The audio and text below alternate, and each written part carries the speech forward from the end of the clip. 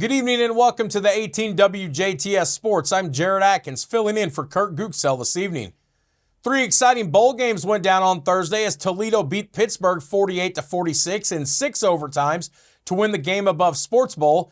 Kansas State took down Rutgers 44-41 in the Rape Bowl, and Arkansas State beat Bowling Green 38-31 in the 68 Ventures Bowl. The bowl action continues Friday with 5 games as Texas Tech and Arkansas will face off in the AutoZone Liberty Bowl in Memphis at 7 p.m. At 8 p.m., number 21 Syracuse will play Washington State in the DirecTV Holiday Bowl in San Diego.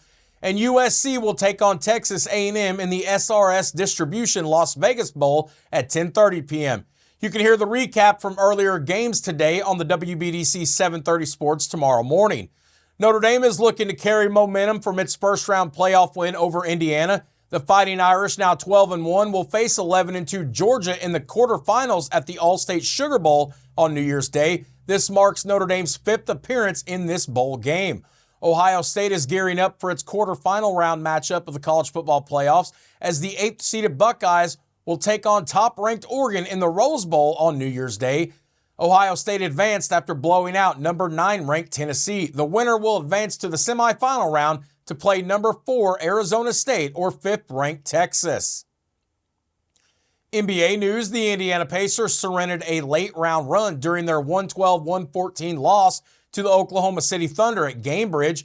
The game was tied at 107 with 2 minutes left in regulation before OKC went on an 11-2 run to take control of the game. Andrew Nebhard led the Pacers with 23 points, while Pascal Siakam chipped in with a double-double with 22 points and 10 boards.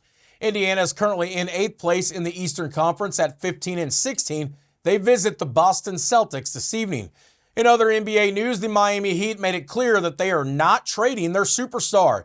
In a statement, team president Pat Riley said, "Let us be clear, we are not getting rid of Jimmy Butler." According to ESPN, Butler prefers a trade out of Miami by the February deadline, but has not made a formal trade request as of yet. The 35-year-old is averaging 18 points, 5 boards, and 4 assists through 20 games this season.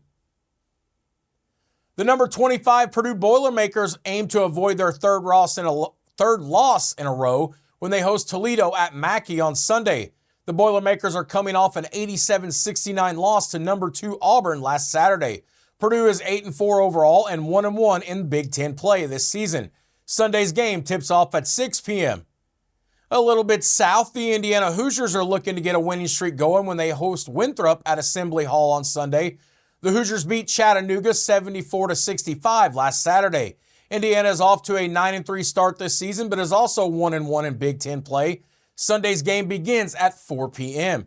In other college hoops action on Sunday, Indiana State visits Ohio State. Valparaiso is at Bradley. Evansville hosts Missouri State. IUPUI travels to Milwaukee. And Purdue Fort Wayne is on the road against Green Bay. Longtime Miami men's basketball coach Jim Larrañaga is stepping down from the position. The 75-year-old cited issues with the current college sports landscape as his reason for departure. The Hurricanes are 4-8 so far this season, which was Larrañaga's 14th at the helm. He led Miami to 5 NCAA tournament appearances and the 2024 Final Four. Before his time in South Florida, he had a lengthy tenure at George Mason and Bowling Green State. He led George Mason to 5 tournaments and the 2006 Final Four. The Indianapolis Colts will try to keep their postseason hopes alive when they visit the Giants at MetLife on Sunday. The 7-8 Colts are coming off a 38-30 win over the Tennessee Titans last week. They need to beat the Giants to have a chance at one of the final AFC wildcard spots.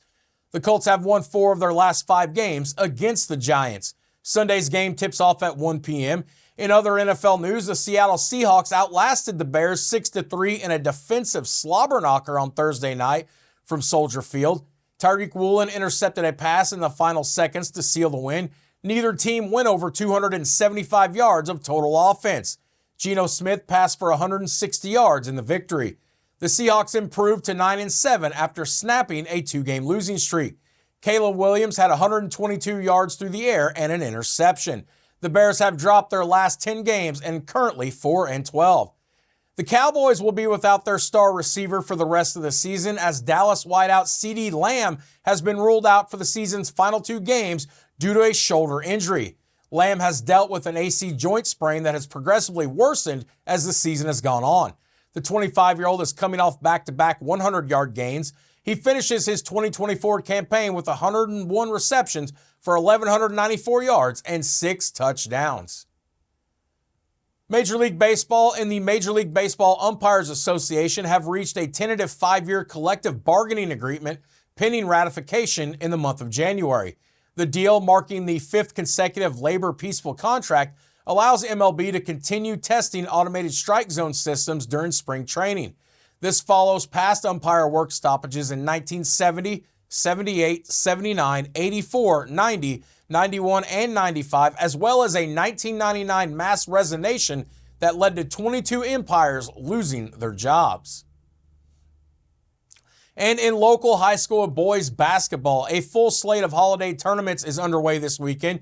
You can catch all the Friday results on the WBDC 730 Sports tomorrow morning. In Friday's action, the Baird Private Wealth Management Tournament, Bedford North tipped off with the Raiders of Southridge at 10 a.m., followed by South Ripley versus Orleans at 11:30 a.m. At the Toyota Classic, Gibson Southern faced Indiana Creek at 1 p.m.